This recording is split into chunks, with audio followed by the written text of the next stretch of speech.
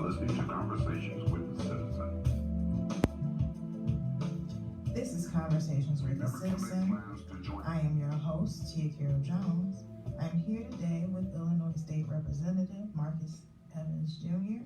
Yes. This is a special conversation because we're here to talk about the proposed amendment to Section 3 of Article 9 of the Illinois Constitution. It's also known as the Fair Tax Amendment. So, election season is upon us. Yes. And whether you plan to vote by mail or early vote or even vote in person on Tuesday, November 3rd, just get out and vote, please. If you're like me, you've received this blue booklet in the mail and seen the commercials about the Fair Tax Amendment. And so here at the Citizen, we thought it would be a good idea to have an elected official walk us through what this amendment is, why it's important, and how it benefits the community. So Representative Evans, welcome to the show. Thank you. And, not just any elected official, of course I'm in the General Assembly, so I voted to push this along. Okay. I'm the vice chair of the Illinois House Revenue Committee. So when I've worked with the governor's office on this issue, I'm a big proponent. So I've been intricately involved in where we are now and hopefully where we're gonna go if we can pass this fair tax amendment that's on the ballot now, if you have your ballot, or if you're gonna wait till November 3rd, election day. So talk to me about what this is. Okay, again, it's a constitutional amendment. So you ask yourself, what is that? We have an Illinois Constitution, just like we have a federal Constitution. Right. And within the Illinois Constitution, and I'm going to read directly from the Constitution now.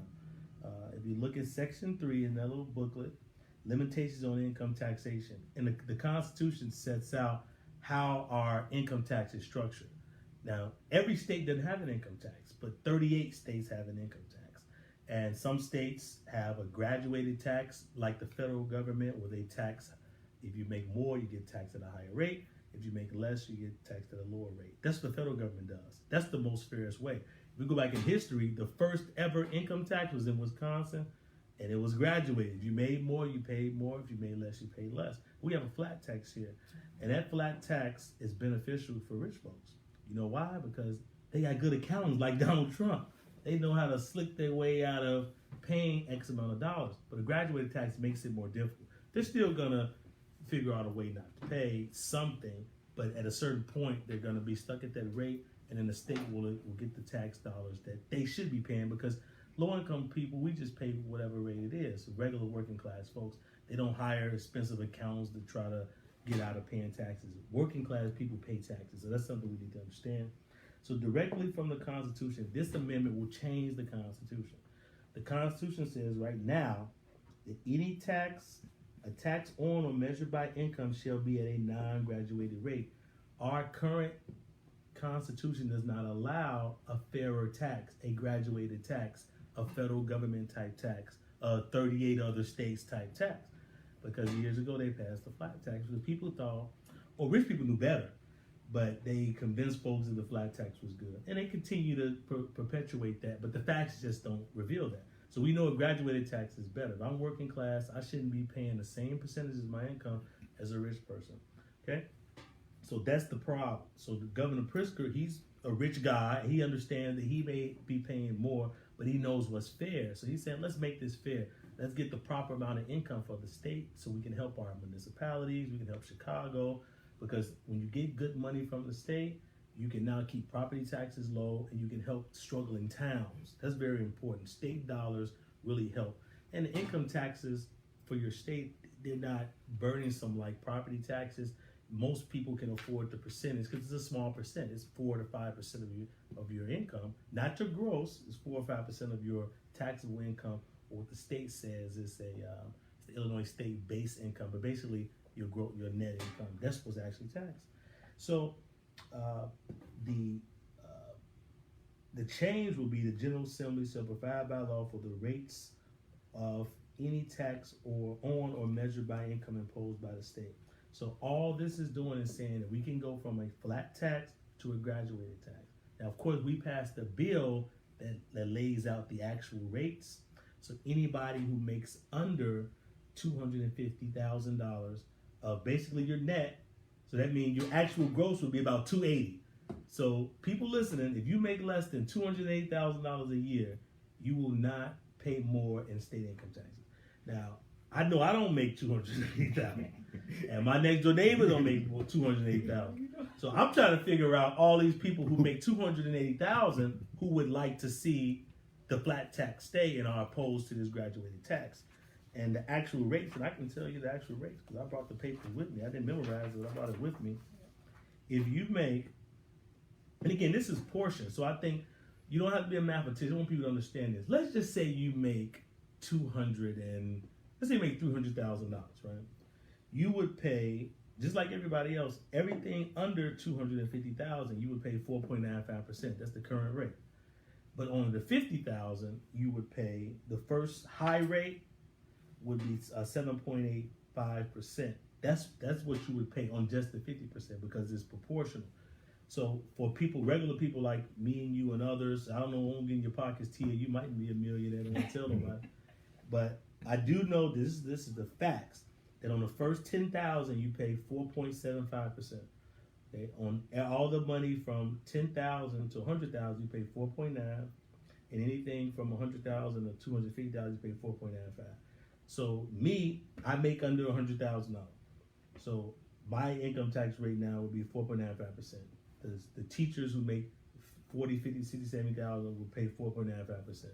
The grocery store worker is paying 4.95%. So they'll see a small decrease in their income tax. Okay, so and the vast majority of individuals in our community make under $250,000, 99%.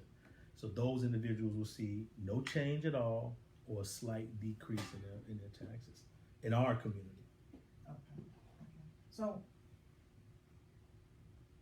what are some of the arguments for the fair tax amendment, and what are some of the arguments against? Well, for is when you talk about taxes, it costs to run government.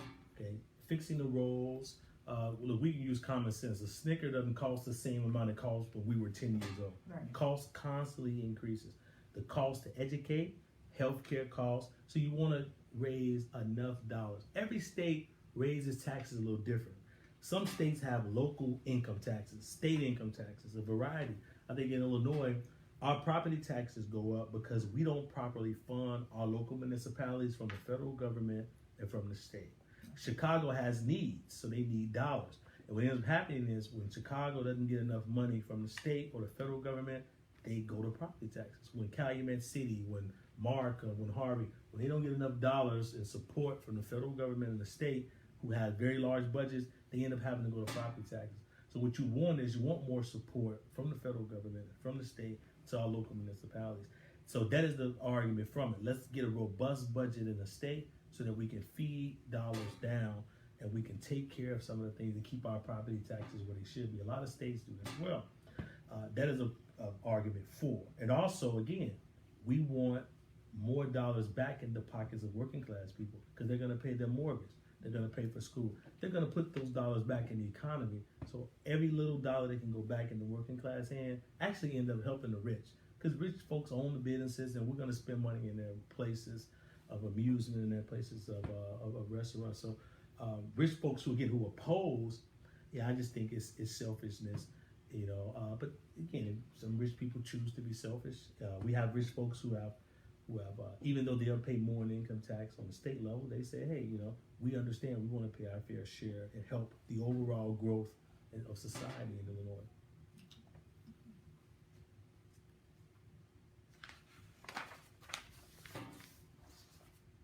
And so then, I did see this and I thought this was interesting. Illinois already has some of the highest property taxes and sale taxes in the nation. Yeah, but it depends. There's 50 states, and there's really only 5 other comparable states to Illinois. Okay. That's like saying, a 300-pound man eats more than a baby. Well, you can't really compare Illinois to Iowa. Right. There's no people there, So you think about the vast majority of the United States is not comparable to Illinois. Wyoming, North Dakota, there's no people there. Right. Even among the Midwest, Indiana, for example. Indiana, the whole state may have 1 million people. We got 12 million people in Illinois. You know, Wisconsin, I think they have about 3 or 4 million. We have 12 million people. So most states, it's hard to compare because they don't have the need. They don't have the Medicaid liabilities. They don't have the people that are in need. They don't have the large school districts. So our state is more comparable to states like Pennsylvania, who have major cities like Philadelphia, Ohio. And when you compare the large states against each other, then it's a different argument. But of course, the large states are going to have more needs. Of course, they have larger budgets. That conversation is always a little skewed. But we do have high property taxes. It's not extremely higher than the next state, but it is. So what's the solution? Is having enough dollars that don't affect people drastically. And state income taxes is one thing that you can pay. That no one says that this state income tax prevented me from eating. But property taxes can cause people to lose their home. So what we want to do is create a tax where everybody can contribute, and it'll have the greatest impact to do what? Keep those bad taxes down. And property taxes, particularly in the south suburbs and in communities like ours, we want to keep property taxes from rising while still funding government. And again, that's why the governor is saying that what's the fairest tax that they can be adjusted, that can still keep government reasonable and help families. So then, I guess, another one of the arguments is in the wake of the pandemic, now is the worst possible time for a massive tax increase. Yeah. But are the taxes actually increasing? Yeah, well, again, it's massive if you're a millionaire. Now, again, rich folks are going to see their income tax increase, okay? And they call it massive, it's substantial. What do these words truly mean?